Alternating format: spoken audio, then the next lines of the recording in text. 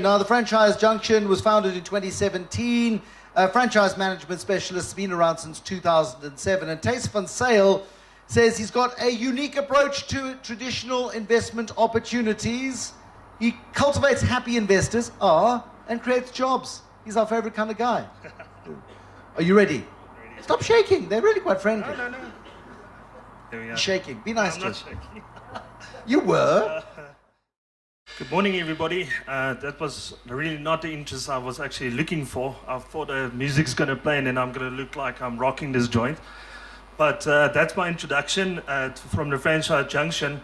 I think the Franchise Junction is something that was created by 3 individuals, and it's actually very strange in the 12J space that you'll always get some kind of investor or a banker, and then you'll get a guy that's actually been in private equity a little bit, some lawyers, some auditors, and boom, we've got a fund.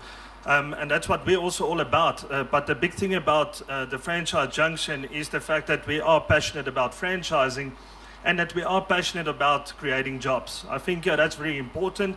And I also think that was the mandate that was given from Treasury when the 12J space actually entered into the market, was job creation itself.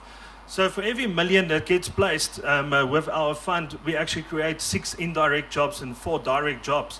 So that actually mentions if you do a 5 million placement, we indirectly are actually employing about 50 people. So I think that's very important for us as well. But before we go along with that, I just want to give you some background about the franchising industry and what the franchising industry is all about. Because I think most of us are sitting here, the experience we have within the franchising industry is with the drive-thru at KFC, and maybe my groceries I buy at Pick n Pay, and that's about that. So if we have a look at some of the stats in South Africa, the franchising industry last year contributed about 13.4% to the country's GDP. So that's massive, and I think that's what the lady previously said on Yes as well. We need somebody that can contribute to the country's GDP and can create jobs. And that's exactly what we try for, and that is what we're pushing for. Even in these stats, if you had a look at 2 years ago, the franchising industry contributed about 11% to the country's GDP, and last year about 13.4%. So this is actually one of the things that's actually growing in South Africa against a really fast pace, and also got a good contributor towards the country's economy.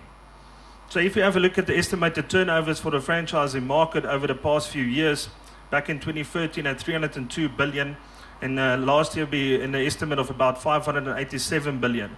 And these are only the guys that actually did contribute to the survey that was done on these turnovers. So it can be dramatically a little bit more as well.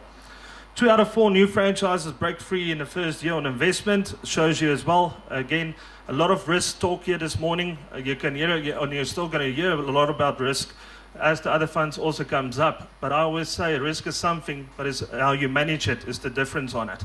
So if you have a look at the franchising type of market that we can invest in, those are the type of figures that you're looking at. SA inflation versus food price inflation. I think all of us knows this figure quite well. I think since grade 2 or grade 3, even your teacher, when she talked to you about inflation, she might have, picked up a bottle of water or apple and tell you, listen, she paid for that apple 2 cents. When she was a child, at this stage, she pays 2 rand for that same apple. So I think we know that figure, but if you have a look at it like this, the inflation rate in South Africa is no joke, and I think we have seen that over the past 10 years. If you have a look in consideration about 10 years ago, inflation was running at about 3.4%, and food cost inflation was about 4.3%, with record highs in 2017 at about 6.3 to 11.2 on food cost inflation. And those are only the baskets that's actually calculate on inflation as your necessity baskets. I'm not even speaking about the other baskets, your meats and all those other luxuries that we have. Those ones goes anything between 15 to 18%. So it just shows you the inflation, how it's actually killing the food price inflation as well. South Africa GDP versus the franchise turnover growth. South Africa in the last 10 years, about 2.5% towards the average of the, if you have a look on turnovers on the franchising industry's growth is about 9.75% increase per annum. And that is not because the franchising industry is rocking it, that is because of the food price inflation. Obviously, that's much higher every year from year to year to year. So the SA average consumer spend within this market is quite actually easy to understand, because you guys are sitting here yourselves and you're buying every day within these stores that is in the franchising industry. So typically in the region of about 56% of your spend per month goes into this industry. That's your normal salary earners, so they would typically spend about 56% within the franchising industry. So enough said about the franchising industry and everything. So now you guys know a little bit about the franchising industry, the strength of the industry, the GDP contributions that it makes, South African inflation towards food price, cost inflations and everything. But that is what we're also not here for today, is to give you an educational part about what the franchising industry is doing, but what the venture capital space is doing. I think venture capital is a very interesting time that we're actually moving into in the South African markets at this stage. And I'm all for it, and I'm a guy that actually likes risk. And one thing I do like about risk is that you can manage it, like I told you, but it's looking for those unicorns in the market. So if we're looking for a unicorn in the market, I think our 12J is always looking to get that one thing in the market that's actually going to shoot out the lights. And that is where we also come into play, that we call something that we have is a deal room. So with deal room, what we have is we have plenty of guys that always pitches ideas, pipeline ideas, acquisitional ideas, and of course existing company ideas, or even just buying out an existing company. So we created what we call a deal room with our due diligence. So typically what we'll do is we'll have a look at the opportunity and the rights management. We'll qualify the verifications, deal closing, enablement, operationalization, oversight, direction, and what everybody is talking about today, how do I exit after 5 years? So opportunity and management comes from opportunity management, right management, pre-qualification, qualification, closing, enablement, oversight, direction, and management and exit. If you have a look at the deal room life cycle, we do our appointment and we do our startup virtual deal room, introduction, conclusion, and as we go along, we'll pre-select something that we are interested in that falls in our model, and our model is typically to create not only a dividend for our clients within the first year as a return, but also having, a stable relationship with our investors and the venture companies that we also buy. And then job creation is almost the most important part of it. So we have capital advisors, we have asset allocation investment committees, we have business incubators, and we have also corporate attorneys. So taking everything in consideration, the thing I'm going to present to you guys, we use 1,200 pages of all the information taken in consideration, 2 GB of financial reports and data, and of course a review of 7 operating subsidiaries.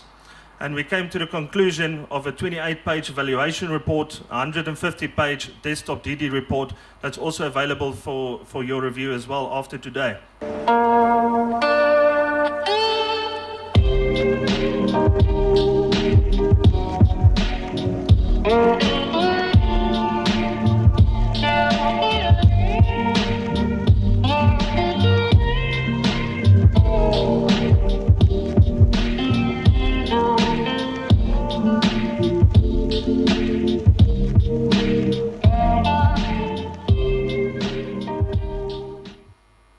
Ladies and gentlemen, that is Sleepover Motels. That is the acquisition I just talked to you guys about that went through our DD process.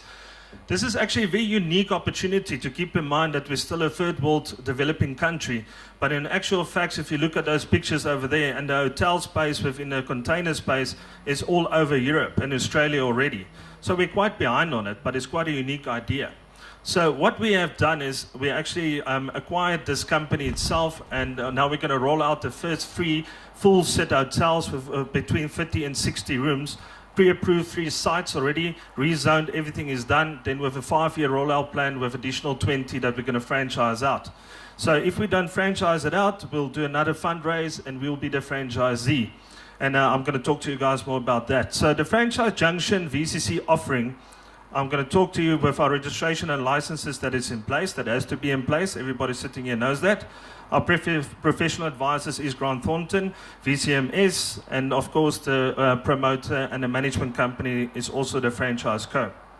Our non-executive directors is Dr. Dani van Zyl, a background of legal expertise, Conrad Henning, which is an accountant, Musa Ndlovu is an advocate, and Jarek Gilmer is also an accountant.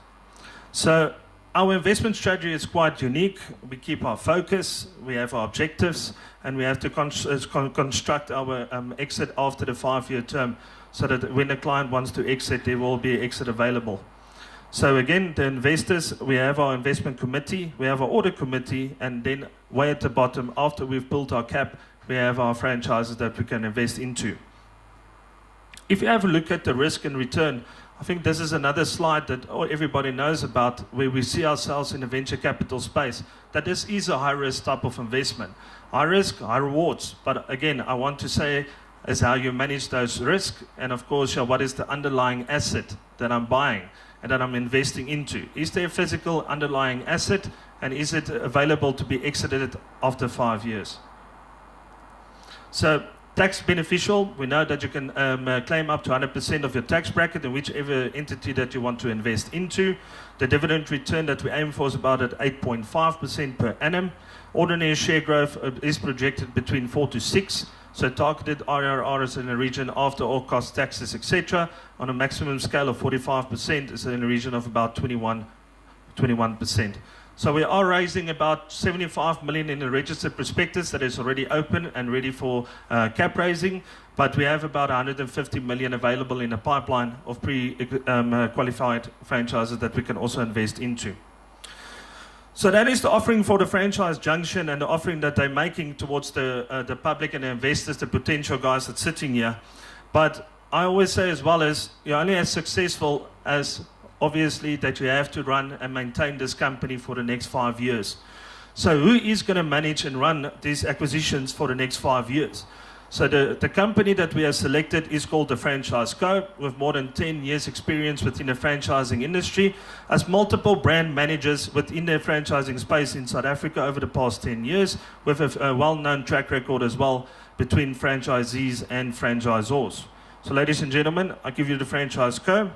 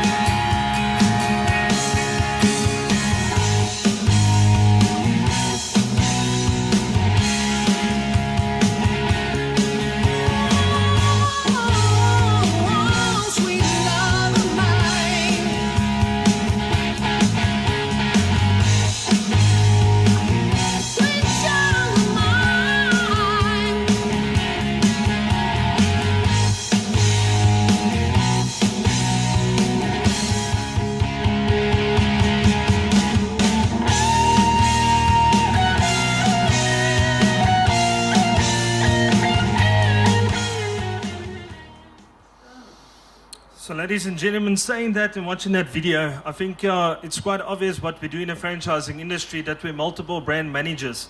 I can say with confidence today that the Franchise Co has grown over the past 10 years from running one company as we're sitting here today up to 80 multiple units. Moving from the franchisee space even into the franchisor space with acquisitions that the Franchise Co has taken up within the last 12 months as well.